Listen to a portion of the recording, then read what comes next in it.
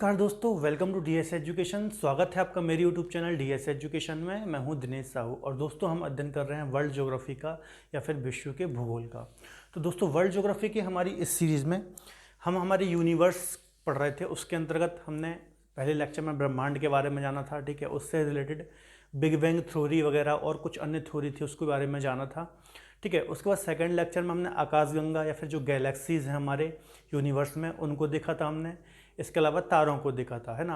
और पिछले या फिर लास्ट लेक्चर में हमने देखा था हमारे सौरमंडल के बारे में, ठीक है। सौरमंडल जाना था, सौरमंडल क्या होता है, ठीक है।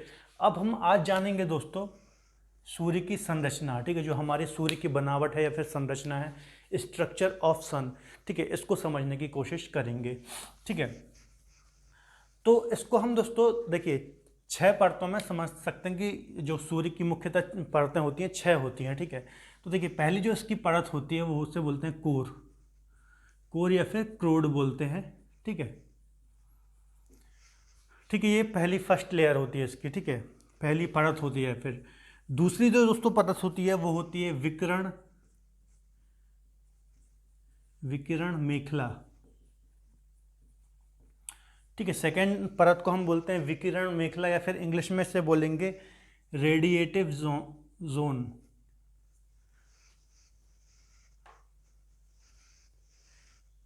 रेडिएटिव जोन, ठीक है। ये सेकेंड इसकी परत होती है। तीसरी यदि हम दोस्तों परत की बात करें, ठीक है, दूसरी होगी विकिरण मेखला, तीसरी होती है संवहन मेखला, संवहन मेखला। इसे बोला जाता है कन्वेक्टिव जोन, ठीक है। थर्ड जो होती है उसे बोला जाता है कन्वेक्टिव जोन, ठीक है। चौथी दोस्तों जो होती है उसे बोला जाता है प्रकाश मंडल, प्रकाश मंडल, ठीक है। प्रकाश मंडल बोला जाता है चौथी। से बोला जाता है फोटोस्फीयर, ठीक है। फोटोस्फीयर ये होती है चौथी हमारी परत, है ना। इसके बाद यदि हम 5वें नंबर की परत की बात करें तो ये होती है वर्णमंडल, वर्णमंडल, ठीक है। इसे बोला जाता है क्रोमोस्फीयर, क्रोमोस्फीयर, है ना। और लास्ट जो दोस्तों होती है उसे बोला जाता है कोरोना या फिर इसे सूर्य मुकुट, सूर्य मुकुट, सूर्य मुकुट या फिर सूर्य किरीट, है ना, या फिर कोरोना कहा जाता है। तो ये 6 परतों में हम सूर्य का अध्ययन कर सकते हैं, ठीक है। क्रोड सबसे पहली लेयर होती है, ठीक है, इसे कोर बोला जाता है। दूसरी होती है विकिरण मेखला या फिर इसे रेडिएटिव जोन बोला जाता है, ठीक है। थर्ड होती है संवहन मेखला, इसे कन्वेक्टिव जोन बोला जाता है, ठीक है, कन्वेक्शन जोन बोला जाता है। इसके बाद चौथी जो होती है वो होती है प्रकाश मंडल, फोटोस्फीयर होता है, ठीक है।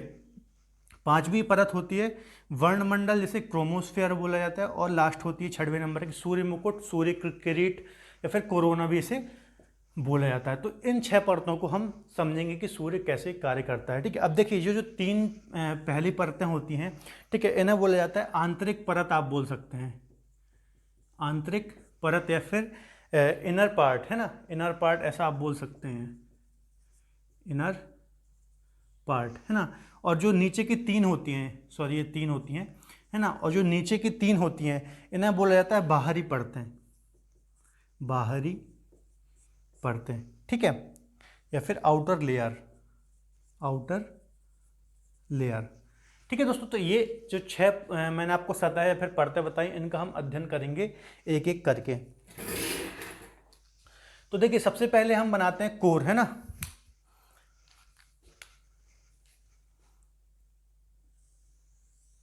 ठीक है, तो ये जो सबसे पहली परत है सूर्य की इसे बोला जाता है कोर, ठीक है, कोर पहली जो परत होती है सूर्य की, ठीक है, नंबर 1।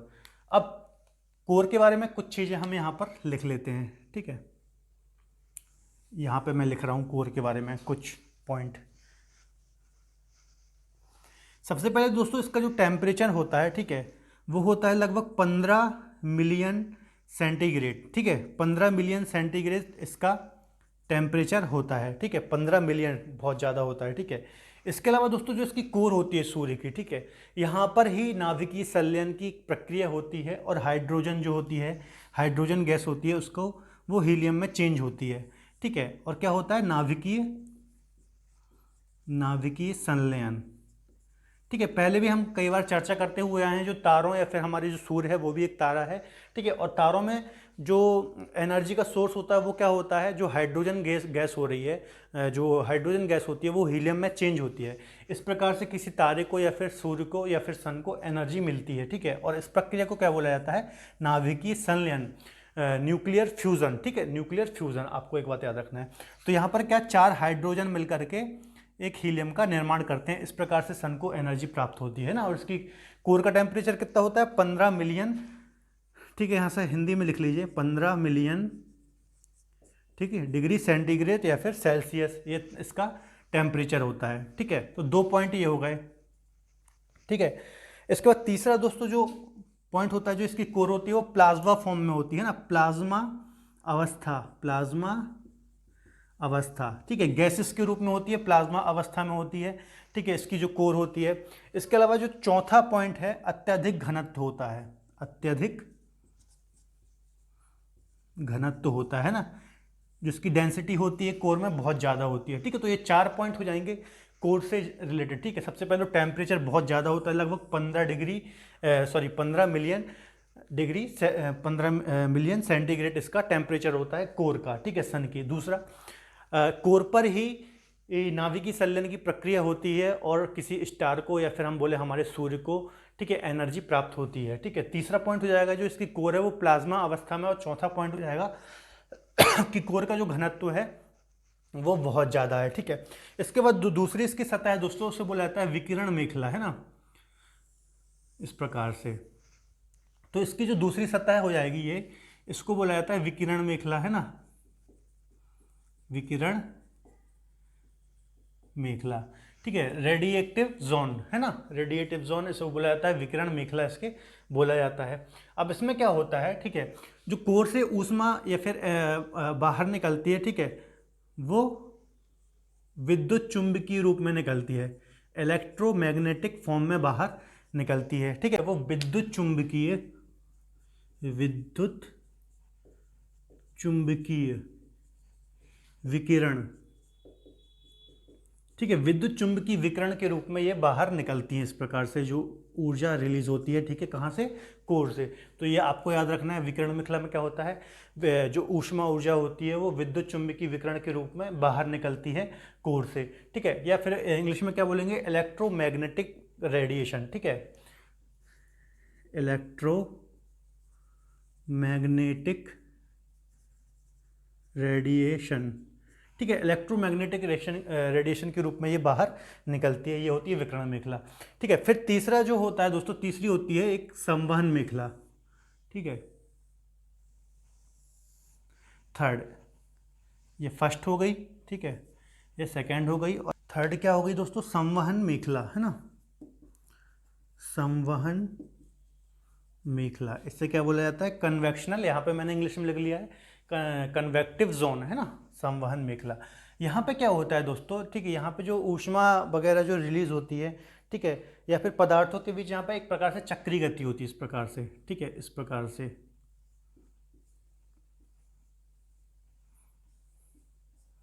ठीक है, इस प्रकार से चक्रीय गति होती है इस जोन में, ठीक है।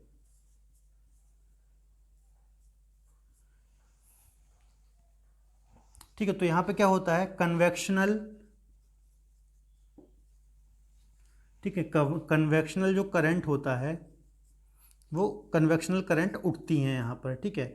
और पदार्थों के बीच में चक्रीय गति होती है, पदार्थों के मध्य चक्रीय गति होती है, ठीक है। तो यहाँ पर क्या होता है, कन्वेक्शनल करंट जो होता है, ठीक है, वो उठती है ऐसे घूमते हुए, ठीक है। इस मैंने यहाँ पे आपको डायग्राम में बताया है, ठीक है। इसके अलावा पदार्थों के मध्य चक्रीय गति होती है, तो ये थर्ड लेयर होती है, ठीक है, कौन सी, संवहन मेखला, ठीक है।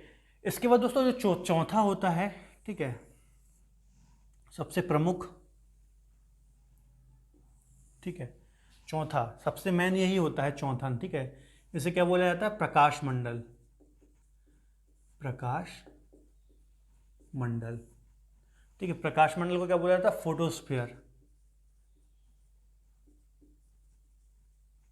ठीक है, फोटोस्फीयर या फिर प्रकाश मंडल, ये चौथी लेयर होती है। ठीक है, अब सबसे इंपॉर्टेंट लेयर यही वाली होती है। ठीक है, चौथे नंबर की। इसमें क्या होता है, सबसे पहले पॉइंट तो इसमें यह है कि दृश्यमान सतह होती है। दृश्यमान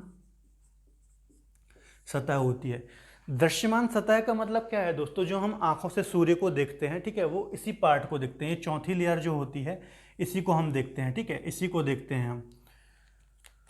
ठीक है, मैं इस प्रकार से बना देता हूं।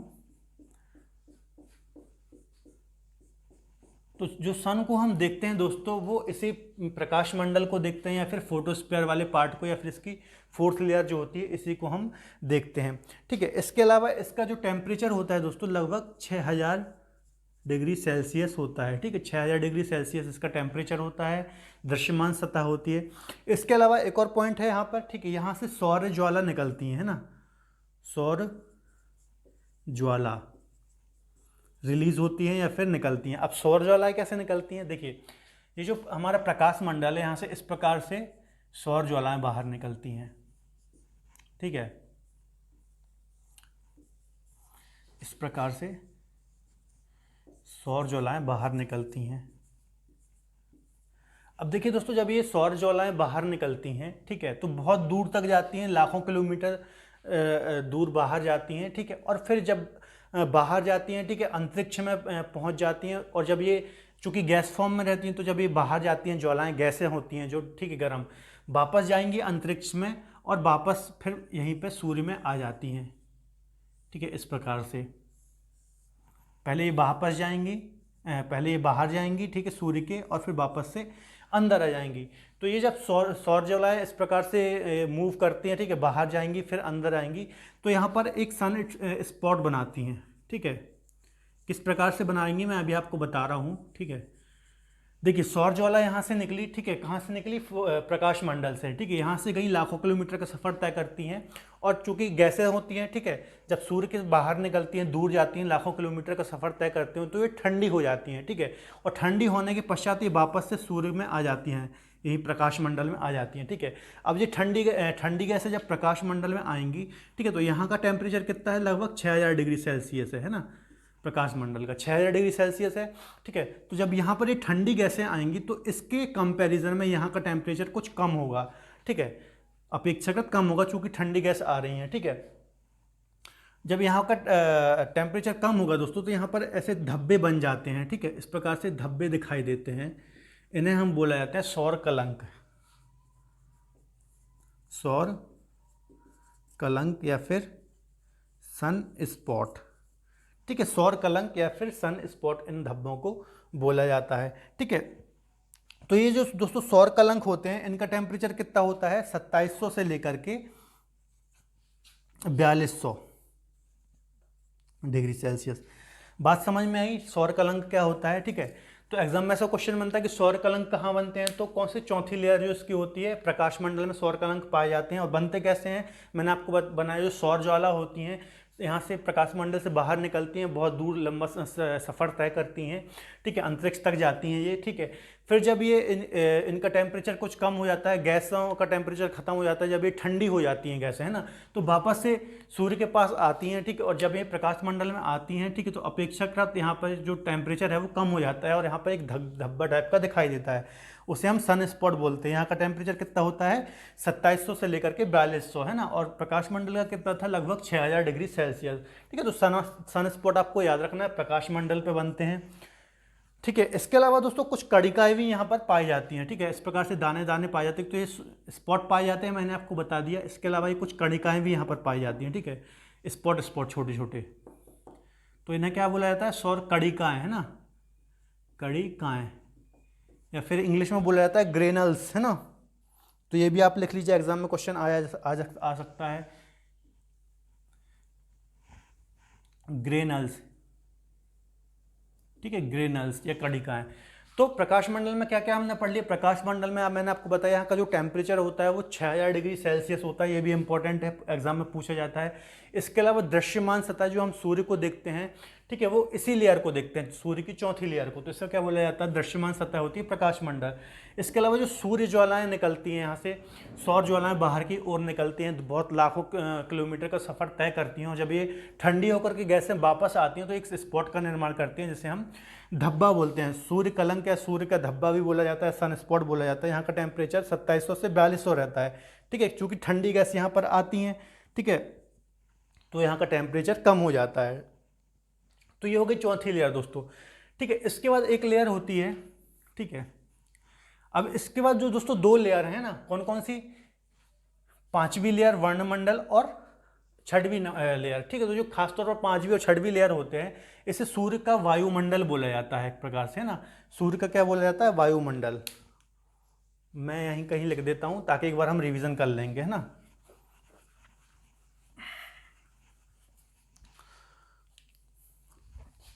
तो हम पढ़ रहे थे पांचवी लेयर, है ना। पांचवी लेयर को क्या बोलते हैं, वर्णमंडल, वर्णमंडल। ठीक है, वर्णमंडल या फिर क्रोमोस्फेयर।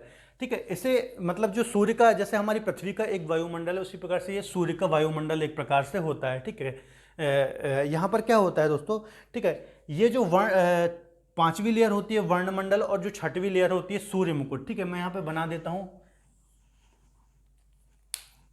रेड पेन से बना रहा हूँ।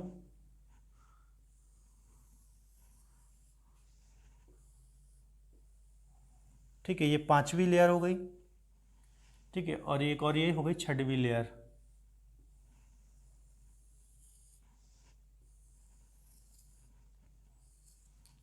ठीक है, ये पांचवी हो गई, छठवीं, हम दोनों साथ में पढ़ लेते हैं। यहाँ मैं लिख रहा हूँ, इसे बोला जाता है कोरोना। ठीक है, सूर्य मुकुट या कोरोना में बोला जाता है। तो दोस्तों ये पांचवी वर्णमंडल होता है और जो छठवीं लेयर होती है कोरोना। ठीक है, ये हमें कब दिखाती है, मैंने अभी आपको बताया कि जो हम दृश्यमान सतह होती है वो कौन सी होती है, प्रकाश मंडल, जो चौथी लेयर होती है। लेकिन जो पांचवी और छठवीं लेयर होती है, ये तब हमें दिखाया जाता है जब पूर्ण सूर्य ग्रहण पड़ता है ना। पूर्ण सूर्य ग्रहण, सूर्य ग्रहण क्या होता है, पूर्ण सूर्य ग्रहण, टोटल सोलर इक्लिप्स, है ना। पूर्ण सूर्य ग्रहण क्या होता है दोस्तों, जब सन, ठीक है, और पृथ्वी के बीच में चंद्रमा आ जाता है। ठीक है, तो चंद्रमा क्या करता है, चंद्रमा ये प्रकाश मंडल वाला जो ये चौथी लेयर है हमारी, ठीक है, इतने भाग को पूरा कवर कर लेता है, प्रकाश मंडल तक को। ठीक है, तो जब चंद्रमा इस पूरे भाग को कवर कर लेता है तो सिर्फ हमें ये पांचवी लेयर दिखती है और छठवीं लेयर दिखती है। ठीक है, तो पूर्ण सूर्य ग्रहण के टाइम ही वर्णमंडल और कोरोना दिखाई देते हैं। ये पॉइंट आपको विशेष तौर पर याद रखना है। ठीक है, ये पॉइंट आप लिख लीजिएगा। इसके अलावा यहाँ का जो दोस्तों तापमान होता है वो होता है 4000 से लेकर के 20,000 डिग्री सेल्सियस। ठीक है, वर्णमंडल का। ठीक है, इसके अलावा इसका रंग कैसा दिखाई देता है, लाल रंग। ठीक है, लाल रंग का डायमंड रिंग के समान, डायमंड रिंग या फिर डायमंड की जो अंगूठी होती है उस प्रकार से ये दिखाई देता है, लाल रंग का होता है। 4000 से लेकर के 20,000 डिग्री सेल्सियस इसका तापमान होता है। ठीक है, ये और पूर्ण सूर्य ग्रहण के टाइम दिखाई देता है, तो वो आप एक पॉइंट लिख लीजिएगा। इसके बाद छठवें में मैंने आपको बता दी क्या, पूर्ण सूर्य ग्रहण के टाइम दिखाई देता है। ठीक है, कोरोना भी। इसके अलावा एक्सरे उत्सर्जित करता है। ठीक है, एक्सरे उत्सर्जित करता है। ठीक है, एक्सरे उत्सर्जित करता है। ठीक है, और ये दो पॉइंट है इसमें और कुछ नहीं है, बस ये आपको याद रखना है। ठीक है, बहुत ज़्यादा क्वेश्चन यहाँ से पूछेगा नहीं।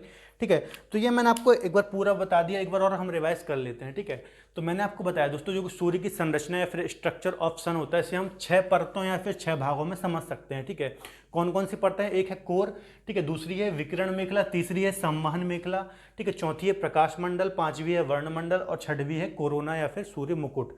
ठीक है, अब देखिए कोर में मैंने आपको बताया, हम पहले भी चर्चा करते आए कि जो सूर्य को एनर्जी प्राप्त होती है, ठीक है, जो नाभिक की संलयन की प्रक्रिया होती है वो कोर में ही होती है। हाइड्रोजन जो हीलियम में चेंज हो रही है वो कोर में ही पूरा प्रोसेस हो रहा है। ठीक है, तो यहाँ का जो सब तापमान होता है सबसे ज़्यादा होता है लगभग 15 मिलियन सेल्सियस। ठीक है, 15 मिलियन डिग्री सेंटीग्रेड इसका तापमान होता है। इसके अलावा नाभिक की संलयन की प्रक्रिया यहाँ पर होती है, इसका घनत्व तो बहुत ज़्यादा होता है। इसके अलावा ये प्लाज्मा अवस्था में होती है। ये होगी पहली हमारे लेयर। दूसरी होती है विकिरण मेखला या फिर रेडिएटिव जोन। ठीक है, यहाँ पर क्या होता है, यहाँ पे जो बाहर एनर्जी निकल रही है, ठीक है, एनर्जी दोस्तों निकल रही है वो विद्युत चुंबकीय विकिरण या फिर इलेक्ट्रोमैग्नेटिक रेडिएशन के रूप में एनर्जी बाहर निकल रही है यहाँ से, ठीक है, विकिरण जोन से। फिर थर्ड हमने दोस्तों देखा संवहन मेखला या फिर इसे बोला जाता है कन्वेक्टिव जोन, है ना, ये वाला। यहाँ पे पदार्थ चक्रीय गति कर रहे हैं आपस में ना, देखिए मैंने डायग्राम में बताया आपको, पदार्थ इस प्रकार से चक्रीय गति कर रहे हैं, ठीक है। इसके अलावा कन्वेक्शनल करंट यहाँ से उठती हैं, ठीक है। इसके बाद जो सबसे इंपॉर्टेंट परत है हमारी प्रकाश मंडल या फिर फोटोस्फीयर, ठीक है। इसमें मैंने आपको क्या बताया कि दृश्यमान सतह जो हम सूर्य को देखते हैं वो इसी लेयर को देखते हैं, दृश्यमान सतह है। यहाँ का टेम्परेचर लगभग 6000 डिग्री सेल्सियस सेंटीग्रेड होता है, ठीक है। यहाँ से सौर ज्वालाएं उठती हैं, ठीक है, और सौर ज्वाला जब यहाँ से उठती हैं तो लाखों किलोमीटर दूर तक जाती हैं। अब सौर ज्वाला में क्या होती हैं, गर्म गैसें होती हैं। जब ये गैसें अंतरिक्ष में जाती हैं तो ठंडी हो जाती हैं, ठीक है। ठंडी होने के पश्चात वापस से सूर्य में या फिर प्रकाश मंडल में आ जाती हैं, ठीक है। और जब ये ठंडी गैसें आती हैं तो जहाँ पर ये आती हैं वहाँ का टेम्परेचर अपेक्षाकृत कम होता है। जैसे मैंने आपको बताया प्रकाश मंडल का टेम्परेचर कितना होता है, 6000 डिग्री सेल्सियस, ठीक है। तो जब ये ठंडी गैसें यहाँ पर आती हैं तो अपेक्षाकृत यहाँ का टेम्परेचर 2500 से लेकर 4000 तक हो जाता है, ठीक है। 2500 से 4000 या फिर 1500 भी कभी कभी हो जाता है, ठीक है। तो यहाँ पर एक धब्बा सा दिखाई देता है, ठीक है, जिसे हम सन स्पॉट या फिर सूर्य कलंक या फिर धब्बा भी बोलते हैं, ठीक है। इसके अलावा यहाँ पर कणिकाएं वगैरह भी पाई जाती हैं, जिन्हें ग्रेनल्स बोलते हैं, छोटे छोटे दाने पाए जाते हैं, ठीक है। पांचवी लेयर मैंने आपको बताई वर्णमंडल, ठीक है। वर्णमंडल में मैंने आपको क्या बताया, यहाँ का टेम्परेचर होता है 4000 से लेकर के 20000 डिग्री सेल्सियस तक, ठीक है। इसके अलावा ये लाल रंग का होता है। और एक प्रकार से ये जो पांचवी लेयर होती है सूर्य का वायुमंडल होता है, ठीक है, जैसे हमारी पृथ्वी का वायुमंडल है, ठीक है। इसके अलावा ये डायमंड रिंग के अलावा सामान दिखाई देता है। छठवां मैंने आपको बताया कोरोना या फिर सूर्य मुकुट, यहाँ पे ये एक्सरे उत्पन्न करती हैं, ठीक है, एक्सरे उत्सर्जित करती हैं। इसके अलावा पूर्ण सूर्य ग्रहण के समय ये दिखाई देती हैं ये दोनों। और इसका दोस्तों जो टेम्परेचर होता है बहुत ज़्यादा होता है। टेम्परेचर आप कोरोना का होता है 1 मिलियन, ठीक है, 1 मिलियन डिग्री सेल्सियस से लेकर के 2 मिलियन डिग्री सेल्सियस तक, ठीक है। 1 मिलियन डिग्री सेंटीग्रेड से 2 मिलियन डिग्री सेंटीग्रेड तक इसका टेम्परेचर होता है, ठीक है, किसका, कोरोना का या फिर सूर्य मुकुट का।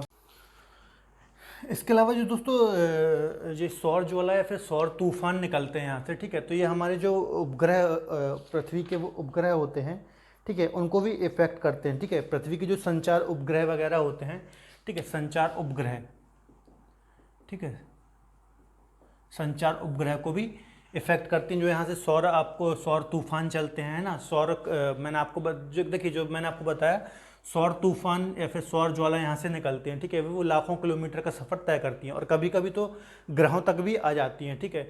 जब हमारी पृथ्वी के पास आती है तो यहाँ पर संचार उपग्रह जो होते हैं, ठीक है, तो उनको भी इफेक्ट कर देती हैं, ठीक है। इसके अलावा एक पॉइंट और देख लेते हैं हम कि सौर हवाएं या फिर सोलर विंड क्या होती हैं, है ना। सौर हवाएं क्या होती हैं,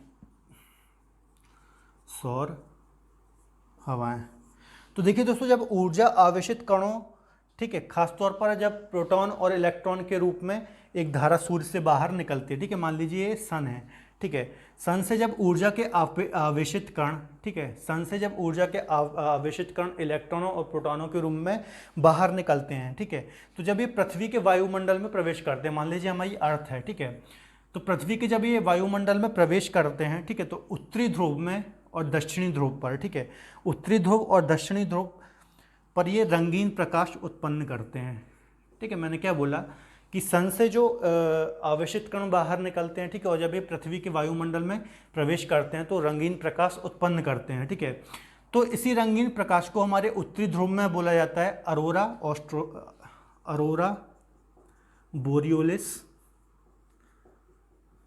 बोरियोलिस, ठीक है, और दक्षिणी ध्रुव पर बोला जाता है अरोरा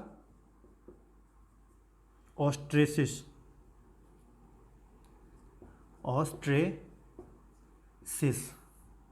बोरियोलिस और ऑस्ट्रेसिस, ठीक है। तो ये बात आपको याद रखना है, बस एग्जाम में ये क्वेश्चन पूछेगा, ठीक है, ऑरोरा बोरियोलिस क्या होता है और ऑरोरा ऑस्ट्रेसिस क्या होता है, ठीक है। तो उत्तरी ध्रुव पर ऑरोरा बोरियोलिस होता है रंगीन प्रकाश, और दक्षिणी ध्रुव पर होता है अरोरा ऑस्ट्रेलिस। ठीक है, तो ये लगभग दोस्तों सौर की संरचना से रिलेटेड सारे पॉइंट हमने यहाँ पर, ठीक है, 6 सतह के बारे में अध्ययन किया। ठीक है, लगभग सारे पॉइंट एग्जाम के दृष्टिकोण से जो भी थे हमने यहाँ पर कर लिए। इसके अलावा यदि कोई भी डाउट आपको होता है तो मुझसे आप कमेंट सेक्शन में जुड़ सकते हैं।